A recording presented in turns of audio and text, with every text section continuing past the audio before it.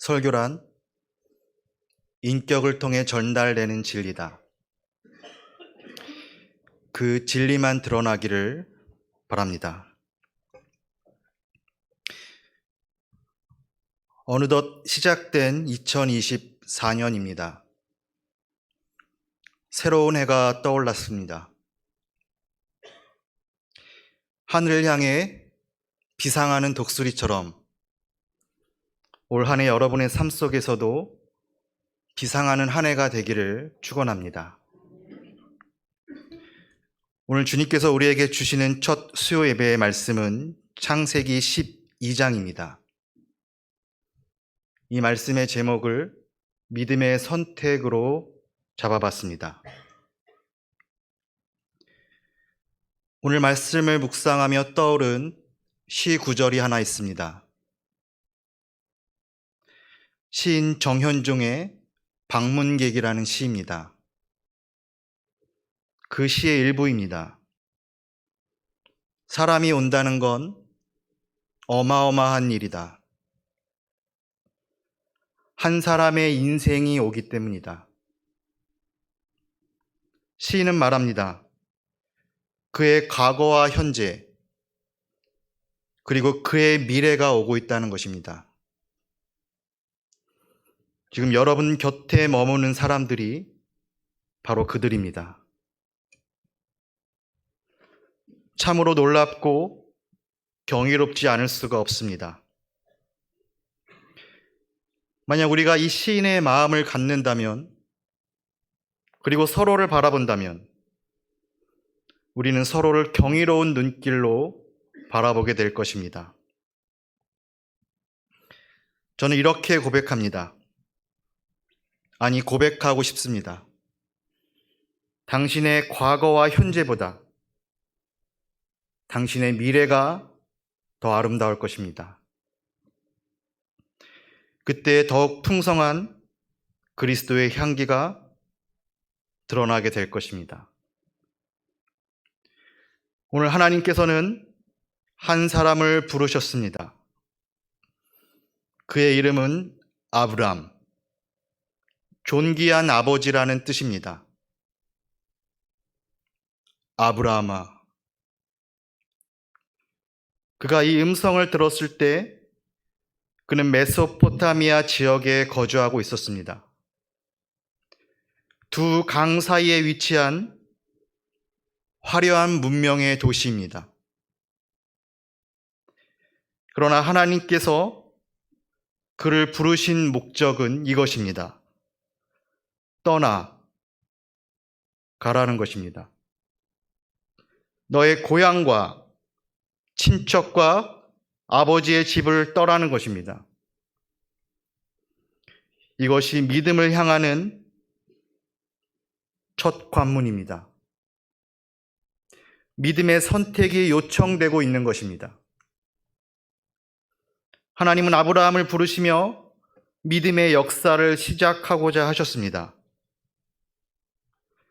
이처럼 창세기 12장에 기록된 믿음의 부르심은 이 믿음의 역사에서 너무나 중요합니다. 인류 보편의 역사가 노아로부터라면 믿음의 역사는 그 시작의 아브라함이 있습니다. 아브라함이 자신의 인간적 가능성을 내려놓을 때 하나님의 역사는 비로소 시작될 수가 있는 것입니다. 온 세상을 향한 축복의 통로가 되는 바로 그 길입니다. 그의 과거와 그의 현재, 그리고 그의 미래를 향한 하늘의 부르심이었습니다. 이에 성경은 이렇게 기록합니다. 오늘 본문 4절에 이에 아브라함이 여호와의 말씀을 따라 나아갔다는 것입니다. 오늘 아브라함이 갈대아 우르를 떠날 수 있었던 한 가지 이유가 있습니다. 그것은 그가 거룩한 보좌 위에 거하신 하나님의 영광을 보았기 때문입니다. 거룩하다, 거룩하다, 거룩하다. 만군의 여호와여. 유대인들은 최상급을 2번 반복하며 표현합니다. 그러나 오늘 시인은, 선지자 이사야는 이 하나님의 거룩을 3번 반복합니다. 인간의 언어로 형용할 수 없기 때문입니다. 만군의 여호와여, 그의 영광이 온 땅에 충만하다는 것입니다. 이제 아브라함의 걸음마다 하나님은 그를 주목하실 것이며 그를 친구라 부르실 것입니다. 나의 벗 아브라함아. 이스라엘 백성이 바벨론 포로로 사로잡혀 왔을 때 그들은 이 음성을 들은 것입니다. 나의 친구 아브라함. 이에 성경은 우리에게 말합니다. 5절에 아브라함이 마침내 가나안 땅에 들어갔다는 것입니다. 하나님은 그를 갈대아 우르에서 하란을 거쳐 마침내 약속의 땅으로 인도하셨습니다. 그런데 좀 이상합니다. 그의 스토리가 끝나야 하지 않습니까? 이미 약속의 땅에 들어가지 않았습니까? 그러나 성경은 우리를 통해 끝이 아니라고 말씀하십니다. 성경은 계속해서 아브라함과 동행하시는 하나님의 이야기를 우리에게 증언하고 있기 때문입니다. 창세기 12장 5절 이후로도 하나님의 역사는 계속되고 있는 것입니다. 다시 말해 약속의 땅 가나안은 하나의 목표였지 결코 그 목적이 아니었다는 것입니다. 어쩌면 아브라함이 걸어가야 될 믿음의 길은 이제부터가 그 시작일지도 모르겠습니다. 조카 롯을 소돔으로부터 구원해야 하며 부르심을 따라 모리아 산으로 올라가야만 하기 때문입니다. 그 길로 들어서기 전 오늘 아브라함은 크나큰 위기를 맞이하게 됩니다. 바로 기근입니다. 고대 근동의 경제적 위기가 그를 피해가지 않았던 것입니다. 오늘 본문 10절은 이렇습니다. 그 땅의 기근이 심하였다는 것입니다. 오늘 아브라함이 머무는 그 땅은 대체 어디입니까? 가나안 땅입니다. 하나님이 가라고 약속하신 땅입니다. 그런데 그 땅에 위기가 발생한 것입니다. 어쩌란 말입니까? 우리의 믿음의 인생이 결코 쉽지 않은 이유가 여기에 있습니다.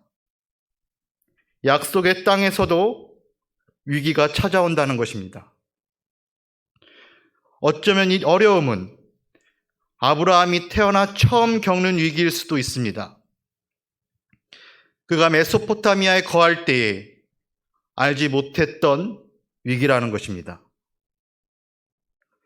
강해 설교로 유명한 김서택 목사는 자신의 놀람을 이렇게 표현한 적이 있습니다. 약속의 땅에도 기근이 오는가? 라는 것입니다. 이제 아브라함에게 남은 선택은 무엇입니까? 그는 이 어려움을 어떻게 헤쳐나가야만 하는 것입니까? 그는 분명 자신의 믿음을 따라 예배자로서의 삶을 살았습니다. 본문 7절과 8절이 그 증거입니다. 여호와께 그가 제단을 쌓고 그곳에서 여호와께 제단을 쌓았다는 것입니다. 그러나 경제적 위기 앞에서 예배자 아브라함의 모습은 너무나 초라해 보입니다. 그의 선택이 믿음의 선택이 아니었다는 것입니다. 본문 9절과 10절에 보면 그가 점점 남방으로 옮겨간 모습을 성경은 기록하고 있습니다. 애굽에 거하려고 말입니다. 아브라함이 애굽에 거류하려고 그리로 내려갔다는 것입니다. 성경은 예루살렘을 올라간다고 표현합니다. 믿음의 상승 곡선을 말하는 것입니다. 그러나 애굽을 향해서는 내려갔다고 표현합니다. 그의 믿음이 추락하고 있다는 것입니다. 코로나 이후 오늘을 살아가는 우리의 모습은 아닌지 모르겠습니다. 아브라함의 예배가 그 삶으로 이어지지 않고 있습니다. 오늘 우리가 아는 한 가지 지식이 있다면 그것은 애굽이 기근을 피할 수 있는 고대 근동의 유일한 지역이라는 사실입니다. 나일의 강이 흐르고 있기 때문입니다. 어쩌면 오늘 아브라함은 일시적인 기근만 해결할 것을 생각했을 수도 있습니다. 곧 다시 돌아오면 되지 않겠어? 라는 생각은 아니었을까요? 그러나 그가 하나님의 약속의 땅을 떠난 후로 그에게는 돌이킬 수 없는 또 다른 위기가 찾아오고 있습니다. 성경은 그 전조를 우리에게 이렇게 말합니다. 본문 14절입니다. 애굽에 이르렀을 때 애굽 사람들이 그 여인이 심히 아름다움을 보았고 15절 그 여인을 바로의 궁으로 이끌어 들인지라. 오늘 아브라함이 대체 무슨 일을 행한 것입니까? 자신의 생존을 위해 아내 사레를 누이라고 속인 것입니다. 그의 자식인 이삭이, 그의 손자인 야곱이 속이는 자가 된 것이 우연이라고 말할 수 있겠습니까?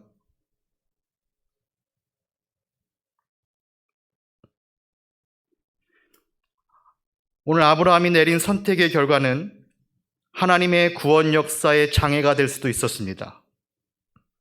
그가 이후에 듣게 될 하나님의 음성이 무엇입니까? 내 아내 사라가 내게 아들을 낳으리니 너는 그 이름을 이삭이라 하라. 창세기 17장 19절입니다.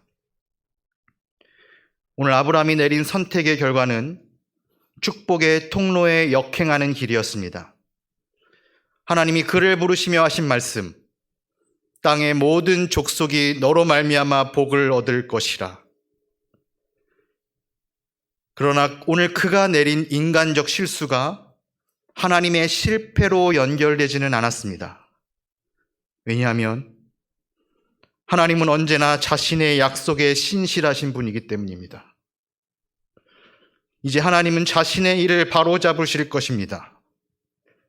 이것이 바로 하나님의 영광을 위한 하나님의 열심입니다.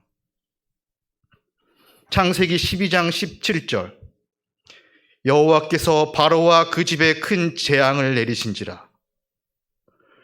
본의 아니게 오늘 아브라함은 세상을 향한 축복의 통로가 아닌 저주의 통로가 되고 말았습니다. 그가 자신의 사명에 실패한 것입니다. 결국 그는 부끄러운 가정사를 떠안게 되고 다시 그 길을 걸어가야만 할 것입니다. 또한 아내의 사레의 눈치를 보지 않을 수가 없게 되었습니다. 분명 아브라함이 내린 선택은 실패입니다. 그가 믿음에 실패한 것입니다. 그러나 하나님은 그를 그 위기에서 건져주셨습니다. 이는 그가 하나님 앞에서 의로웠기 때문이 아닙니다.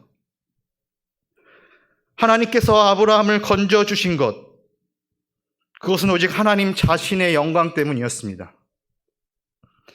하나님께서 선지자 이사야를 통해 말씀하십니다. 이사야 43장 25절 나 곧 나는 나를 위하여. 하나님은 자신을 위하시는 분입니다. 나는 나를 위하여 내 허물을 도말하는 자니 내 죄를 기억하지 아니하리라. 오늘 아브라함이 믿음의 위기를 벗어난 것처럼 주님의 이 은혜가 여러분들과 함께 하시기를 바랍니다. 이사야 48장 11절을 통해서도 이렇게 기록되어 있습니다. 제가 읽겠습니다.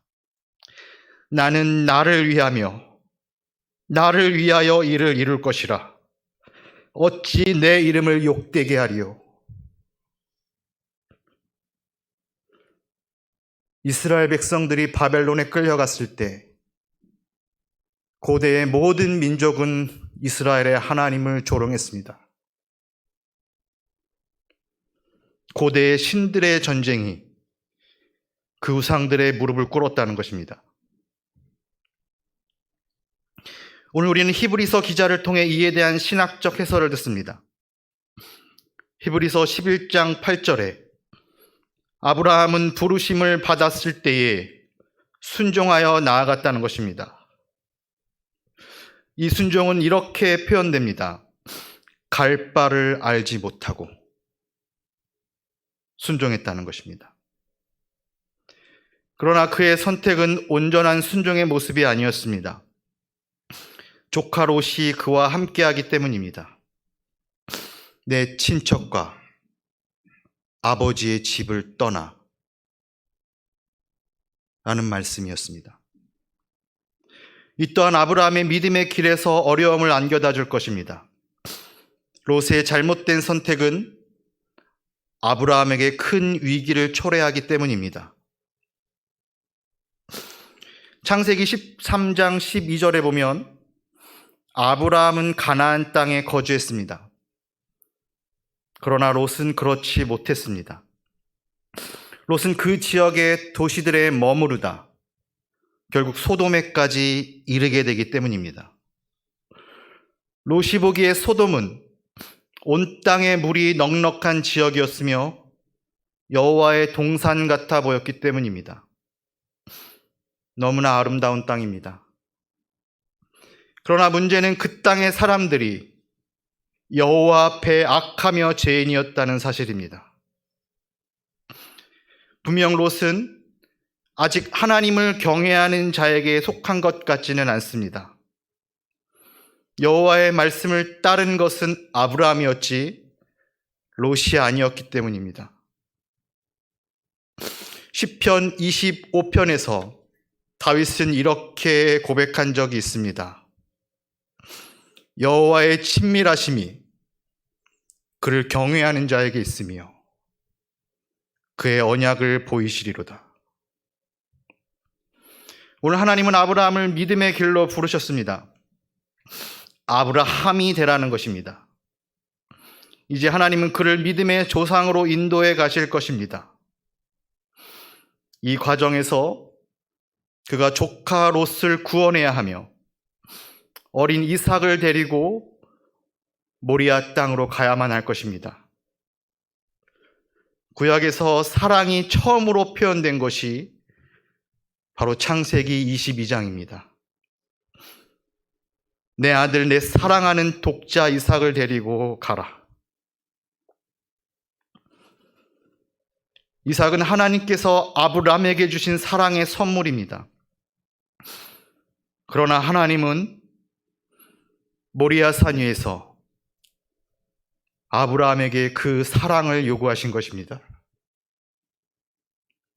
그를 번제로 드리라는 것입니다. 하나님은 고대 근동의 우상숭배 문화를 따라 아브라함에게 인신 제사를 요청하신 것이 아닙니다. 왜냐하면 하나님은 이방 문화에 분노하시는 분이기 때문입니다. 그렇다면 왜 하나님은 아브라함에게 믿음의 선택을 요구하셨을까요? 성경이 말하는 믿음이란 그 대상에 대한 신뢰를 말합니다. 여기서 그 대상에 대한 신뢰는 순종의 행위를 통해 증명되어야만 하는 것입니다. 오늘 우리는 알고 있습니다. 왜 하나님께서 친구인 아브라함에게 이러한 요구를 하셨는지 말입니다. 시간이 흘러 하나님은 자신이 보이실 그 사랑의 행위를 아브라함에게 먼저 요청한 것입니다. 너의 믿음을 내게 보이라. Show me your face. 왜냐하면 아브라함은 하나님의 친구가 되어야만 하기 때문입니다. 친구란 그 아픔까지 함께하는 것이 아니겠습니까? 인간이 되신 하나님, 그분은 십자가에 달려 아버지의 사랑을 우리에게 보여주실 것입니다. 성경은 말합니다. 우리 조상 아브라함이 175세를 살았다고 말입니다. 그는 최소 한 세기를 하나님과 동행한 사람입니다. 그렇다면 오늘 우리는 어떻습니까? 우리도 여호와의 말씀을 따라 살아가야만 하는 자들입니다. 그리고 그 믿음은 나의 선택을 통해서 드러날 것입니다. 이 시간 함께 기도하시겠습니다. 이 시간 하나님께서 주시는 마음을 가지고 함께 통성으로 기도하는 시간 되었으면 좋겠습니다. 이렇게 기도합시다. 살아계신 아버지 하나님, 내 믿음을 내가 시작했습니까? 당신의 음성이 하늘로부터 들려왔을 때 나의 심장이 뛰기 시작했습니다. 그 사랑 우리에게 보이시려고 말입니다. 그 사랑에 믿음으로 반응하는 우리가 되게 하여 주시옵소서. 함께 기도하시겠습니다. 살아계신 아버지 하나님, 이 시간 가운데 감사하며 기도드립니다. 모든 상일의 성도들을 기억하여 주시고 우리의 믿음의 길어온 길을 돌아볼 수 있게 하여 주시옵소서. 우리가 그 믿음의 시작점에 있습니까? 아니면 조카 롯을 구원하는 자리에 있습니까? 아니면 경제적 위기를 피해 애굽으로 내려가 있습니까? 우리의 믿음의 삶이 끝난 것입니까? 우리가 이미 가나안 땅에 도달한 것입니까? 그러나 하나님은 말씀하십니다. 이제 시작이라. 너는 온 땅에 복이 되기 위하여 내가 너의 사랑을 요구할 것이라. 너의 눈에 눈어도 나쁘지 않을 그 사랑을 내가 너에게 요구할 것이라. 아브라함아, 너는 나의 친구라.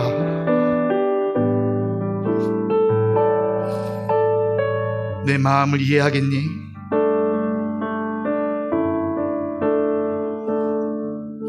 네가 눈물 흘릴 때에 내가 그 뒤에 있었으며 네가 좌절할 때에도 내가 그 길에 있었느니라. 나는 너의 길이며 진리요 생명이기 때문이니라.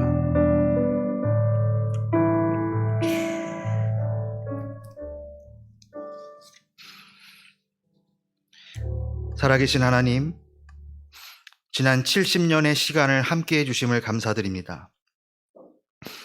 부족하고 연약한 모습이었지만 주님의 은혜로 지나온 시간을 돌이켜봅니다.